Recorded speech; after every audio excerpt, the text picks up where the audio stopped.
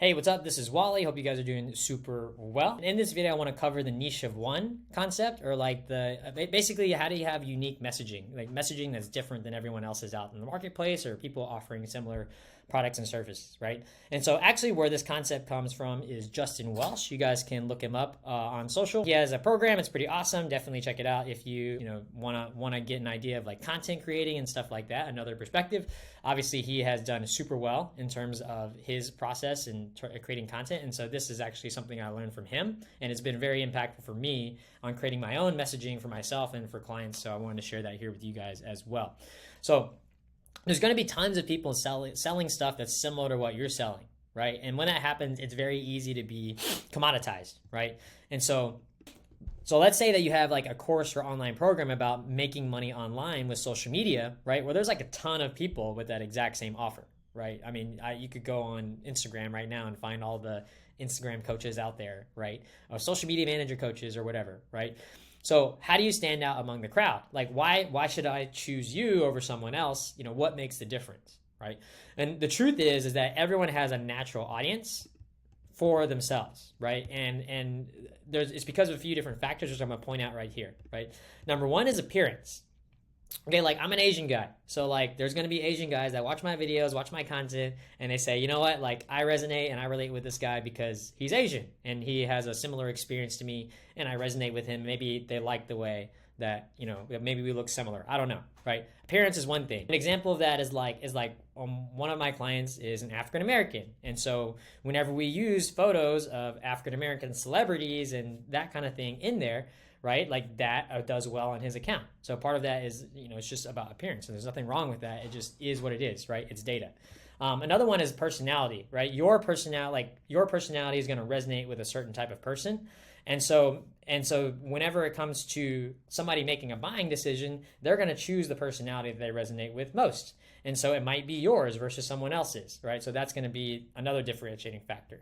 Another one is personal experiences, right? So like obviously you can't make up your own personal experiences. I mean, I've heard of some marketers that do, and I'm not going to call them out here on this call, but ideally use a real personal experience, right?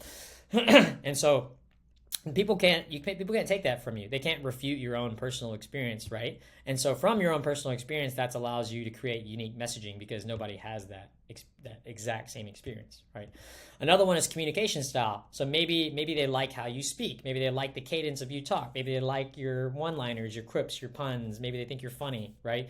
Like that is going to be another factor as well. Another one is like relatable stories and experiences. So maybe something funny that you talk about in your experience, or maybe a business experience that you have and you talk about it on your social, right? People may have had a similar experience and then start to relate to you, right? And because you have those similarities and experiences and you have that ability to connect with someone, that's what's going to create them, like that conversion aspect of them wanting to choose you over one of your competitors, right? And so by leaning into all of these things, you're going to be able to use your own experience and personality to create a niche all by yourself, right?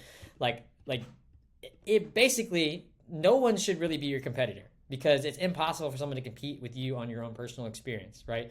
And so because of all these accumulations of things about you, right? Like if you talk about them, you're going to bring in the audience that you're going to bring in the people that resonate with your message, right? And this should really give you a ton of comfort, because like assuming that all things are equal, right? Between you and someone else, meaning that you have similar case studies, similar social proof, similar results, right? Then if everything is the same, then it all comes down to personality and who the person relates with more, right? And that's a cool place to be in.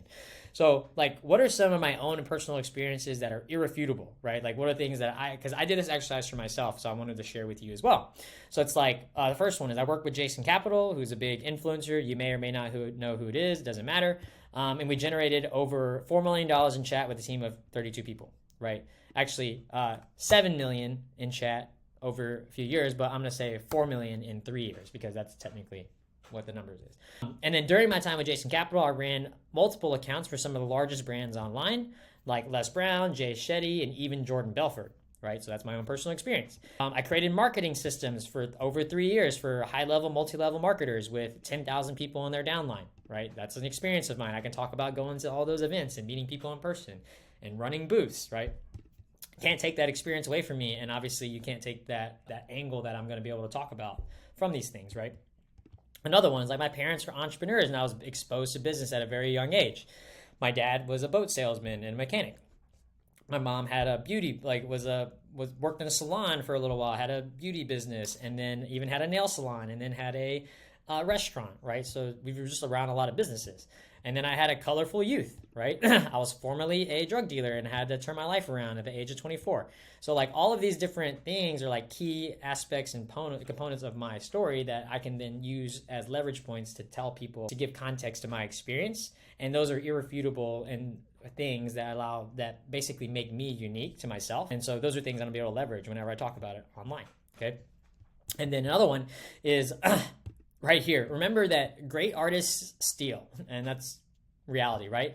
And so what I mean by this in this case is that there are mentors or people in your life that you learn from, that you learn things from, that you now implement into your life or implement into your things that you do now, right? Nobody really has a unique thought anymore, right? Usually it's some kind of thought that they pull from someone else, and all these different things kind of, once you've like accumulated all this information, you kind of start having your own thoughts based on other people's thoughts or principles, right? And so I just wanted to break in the concept of like what are the different concepts that I learned from some of my mentors that allowed me to create my own messaging, or like gives me my own ability to talk about my own principles, right?